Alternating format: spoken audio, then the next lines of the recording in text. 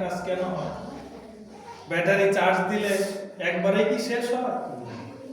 সারা বছর আমার আপনার সাথে শয়তান থাকে। শয়তান মানুষের প্রকাশ্য শত্রু।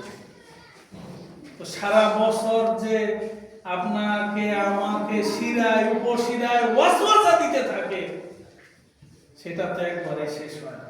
কিন্তু আমার আপনার চরিত্র যদি আমি আপনি যদি আল্লাহ তাআলার রাস্তায় যদি ফিরে আসতে পারি, নবীর পথে যদি ফিরে আসতে পারি, নবীর আদর্শিত পথে, তাহলে শয়তানের ওয়াসওয়াসা আমাকে আপনাকে কোনো ক্ষতি কিন্তু করতে পারে।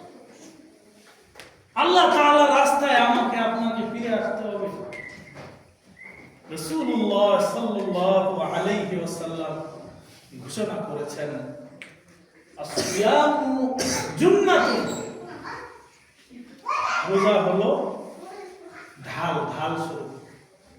আগের মানুষ যুদ্ধ করত, হাতে এরকম আগে মাথাইয়া দিত না, রোদের থেকে বাঁচার জন্য। যখন ছাতা ছিল না, আমরা ছোট সময় দেখেছি, মাথায় এক ধরনের বাঁশের বাই দিয়ে, এটাকে কি বলতো,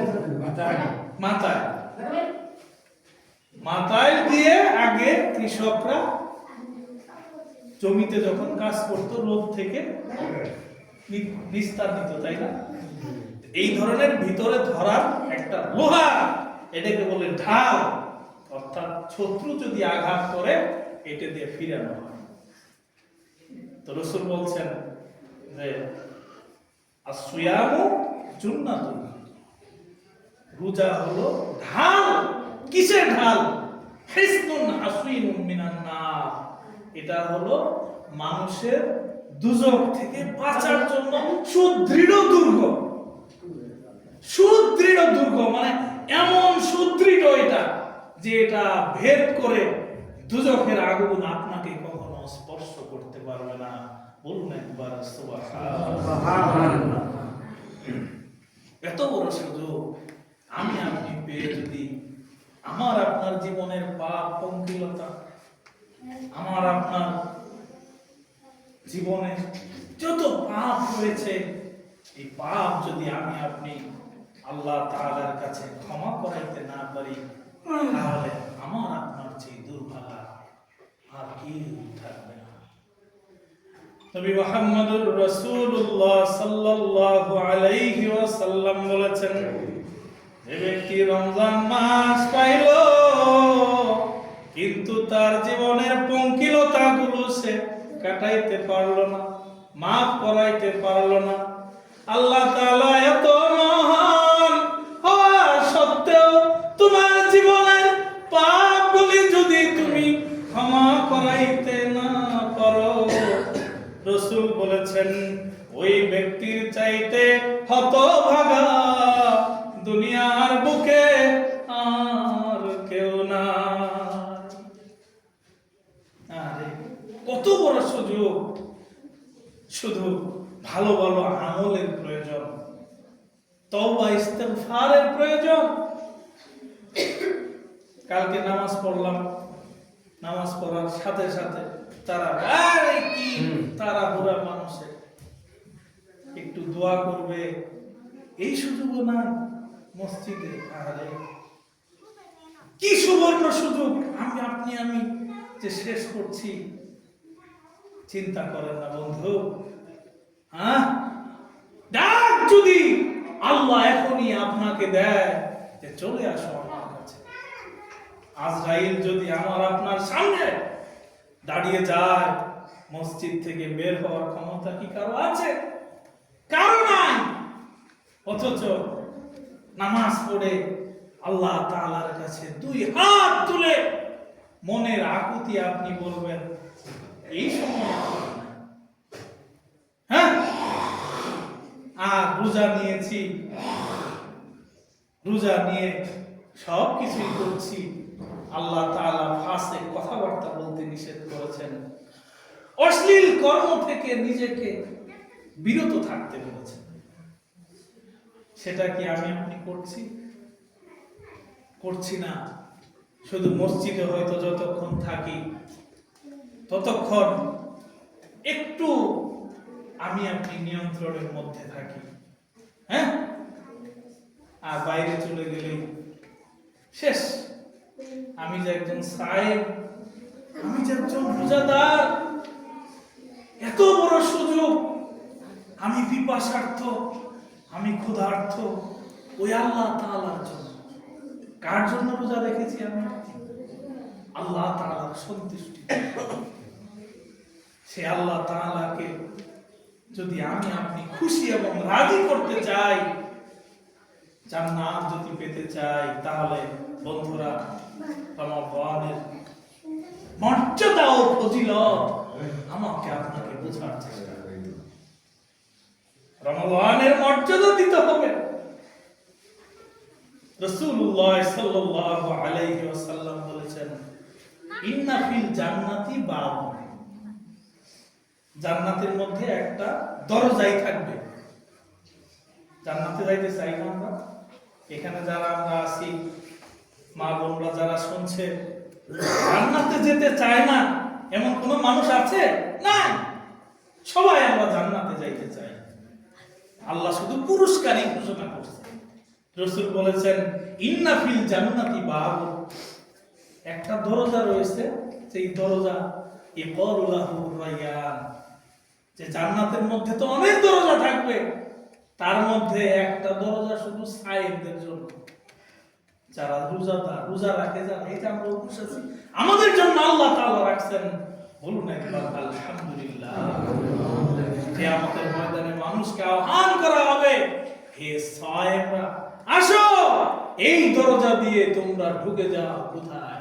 ওই যে তোমার জন্য মহা পুরস্কার আল্লাহ রাব্বুল আলামিন ঘোষণা করেছিলেন, ঢুকে যাও। ফামান ইয়াদখুলু মিনহু আহাদুন, যখন সাহেবরা ওই দরজা দিয়ে জান্নাতে ঢোকা শেষ হয়ে যাবে, তখন আল্লাহ তাআলা বলবেন, এই সম্মানের দরজা ক্লোজ করে দাও, সিলগালা করে দাও, বন্ধ করে দাও। এই দরজা দিয়ে আর কেউ প্রবেশ করবে না। বলুন একবার আলহামদুলিল্লাহ। তাহলে রমজানের গুরুত্ব আমাকে আপনাকে দিতে হবে। রাসূল বলেছেন, তাসাহহারু ফাইন্নাস সাহরা বারাকা, তোমরা রমজানে কি করো? সেহরি খাও। সেহরিতে বরকত রয়েছে। কেন আমরা সেহরি খাই? রাসূল বলেছেন যে ইহুদি এবং খ্রিস্টান তারাও কিন্তু রোজা রাখে, জানেন? তারাও রোজা রাখে। রাসূল বলছেন যে আমাদের এবং ইহুদি নাসারাদের, খ্রিস্টানদের রোজার মধ্যে পার্থক্য কি জানো? পার্থক্য হলো এই যে সেহরি। এই জন্য রাসূল বলছেন, তাসাহহারু ফাইন্নাস সাহরা বারাকা, সেহরিতে বরকত রয়েছে, তোমরা সেহরি খাও। অনেকে দেখবেন সেহরিতে উঠতে অলসতা, কল না খেয়ে রাখছে, হ্যাঁ, না খেয়ে রাখছে।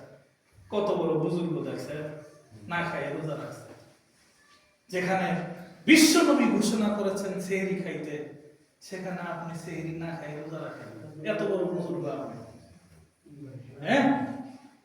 আল্লাহ বরকত, রহমত, মাগফিরাত দিয়ে দিয়েছেন, সেটা থেকে আপনি বঞ্চিত হন। ইফতারের গুরুত্ব আমাকে আপনাকে দিতে হবে। রাসূল ইফতার করতেন কি দিয়ে? তাজা খেজুর যদি পাইতেন, তাজা খেজুর দিয়ে ইফতার করতেন। তাজা খেজুর পায় নাই, শুকনা খেজুর দিয়ে ইফতার করতেন। তাজাও নাই, শুকনাও নাই, তাহলে কয়েক চামচ পানি দিয়ে রাসূল ইফতার করতেন। রাসূলের সুন্নাত আমার আপনার রোজার মধ্যে আনতে হবে। জান্নাত যদি পেতে চান, রাসূলের আদর্শ গ্রহণ করতে হবে। রাসূল যা করেছেন সেটা আপনি করতে হবে। রাসূলের আদর্শ গ্রহণ করা ছাড়া মনে করছেন আমি আপনি জান্নাতে যেতে পারবো? জান্নাতের টিকিট থাকবে কার কাছে?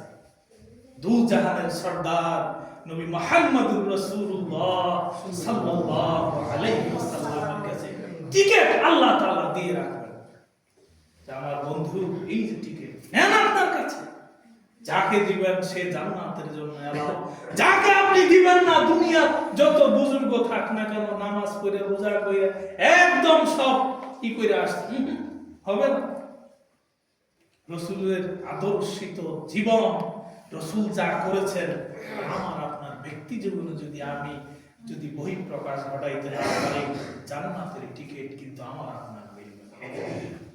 নামাজ পড়েও শিয়ালের মতো দৌড় মারে, আল্লাহর কাছে একটু বলতে পারেন না? হ্যাঁ, রাসূলুল্লাহ সাল্লাল্লাহু আলাইহি ওয়াসাল্লাম হাদিসের মধ্যে ঘোষণা করেছেন, খায়রুদ দুআয়ে দুআউল আরাফা, সবচাইতে শ্রেষ্ঠ দোয়া হলো আরাফার দিনের দোয়া। ওই যে হাজিরা যায় না মক্কা শরীফে হজ করতে যায় আরাফার দিন, শুনছেন না আপনারা? আরাফার দিনের দোয়া হলো, রাসূল বলছেন এটা হলো সবচাইতে উত্তম দোয়া, শ্রেষ্ঠ দোয়া দুনিয়ার মধ্যে ওই দিনের দোয়াটা। কিন্তু ওয়া খায়রু মা কুলতু আনা, কিন্তু একটা দোয়া আমি পড়ছি, ওয়ান্নাবিয়ুনা মিন ক্বাবলি, আমার পূর্বে যত নবী রয়েছে সমস্ত নবী এই দোয়া পড়েছেন। শুনবেন সেই দোয়াটা, বলেন আমার সাথে, লা ইলাহা ইল্লাল্লাহু ওয়াহদাহু লা শারীকা লাহু লাহুল মুলকু ওয়া লাহুল হামদু ওয়া হুয়া আলা কুল্লি শাইইন কাদির। লা ইলাহা, আল্লাহ ছাড়া কোনো মাবুদ নাই, আল্লাহ ছাড়া কোনো ইলাহ নাই। আল্লাহ হলেন আমার আপনার রিজিক দাতা, আমার আপনার সন্তান দাতা, আমার আপনার অর্থদাতা, সব কিছুর নিয়ন্ত্রণের মালিক হলেন আল্লাহ। ওয়াহদাহু লা শারীকা লাহু, তার কোনো শরীক নাই, কোনো শরীক নাই, তিনি একা অদ্বিতীয়। লা ইলাহা ইল্লাল্লাহু ওয়াহদাহু লা শারীকা লাহু লাহুল মুলকু, পৃথিবীর সব যে মুলক আপনি দেখছেন, যা আপনি দেখেন না, এই দুনিয়া, এই মাটির নিচে আসমান জমিন যা কিছু আছে, আপনি চোখে যা দেখেন, চোখে যা আপনি দেখেন না, সব কিছুর মালিক হলেন লাহুল মুলকু। এই সাম্রাজ্যের মালিক হলেন কে? আমার আল্লাহ। লাহুল মুলকু ওয়া লাহুল হামদু, পৃথিবীর সমস্ত প্রশংসা হলো ওই আল্লাহ। আপনি প্রশংসা কার করবেন? আল্লাহ তাআলা। রাসূল বলছেন লাহুল মুলকু ওয়া লাহুল হামদু, সমস্ত প্রশংসা ওই আল্লাহ তাআলার জন্য। ওয়া হুয়া আলা কুল্লি শাইইন কাদির, সমস্ত কিছুর উপর ক্ষমতাবান, শ্রেষ্ঠতম, শক্তিমান, শক্তিশালী, যার ক্ষমতার বাইরে দুনিয়া কারো পক্ষে চলা এক মুহূর্তের জন্য সম্ভব নয়। উনি বলেন আমার আপনার আল্লাহ। দোয়াটি আবার আমরা শেখার চেষ্টা করি, লা ইলাহা ইল্লাল্লাহ ওয়াহদাহু লা শারীকা লাহু লাহুল মুলকু ওয়া লাহুল হামদু ওয়া হুয়া আলা কুল্লি শাইইন কাদির। সুন্দর দোয়াটা, এই দোয়াটা পড়বেন। সমস্ত নবী রাসূল যেটি পড়ছেন আপনি যদি পড়েন, বিফলে যাবে বিফলে। কিন্তু নামাজ পড়ে যদি দৌড় মারেন শিয়ালের মতো, তো পড়বেন না। আল্লাহকে সময় দেওয়ার চেষ্টা করুন, হিসাব কিন্তু আমাকে আপনাকে দিতে হবে। আর বাদ বাকি রোজাগুলি আল্লাহ তাআলা আমাকে আপনাকে সঠিকভাবে পালন করার তৌফিক দিন। যতদিন বাঁচিয়ে রাখবেন, ঈমান ও আমলের সঙ্গে বাঁচিয়ে রাখুন। রোজার মর্যাদা বুঝার তৌফিক দিন, রোজার গুরুত্ব আমার আপনার জীবনে গ্রহণ করার সুযোগ দিন। বারাকাল্লাহু লানা ওয়া লাকুম ফিল কুরআনিল আযীম। ইন্নাল হামদুলিল্লাহি ওয়াস সালাতু ওয়াস সালামু আলা মান লা নাবিয়্যা মুহাম্মাদুর